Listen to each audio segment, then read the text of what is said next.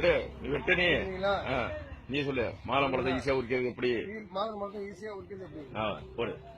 முதல்ல மண்டையை வெட்டிக்கணும். அப்புறமேலும் இந்த நடுவில் வந்து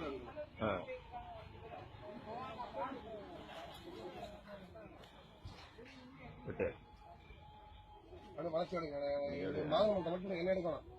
நீங்க கவலைப்படாத, நான் வச்சுக்கிறேன்.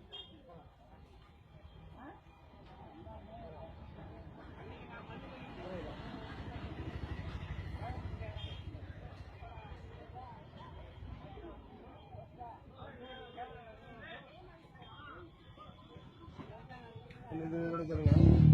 எடுத்துருங்க அப்படியா?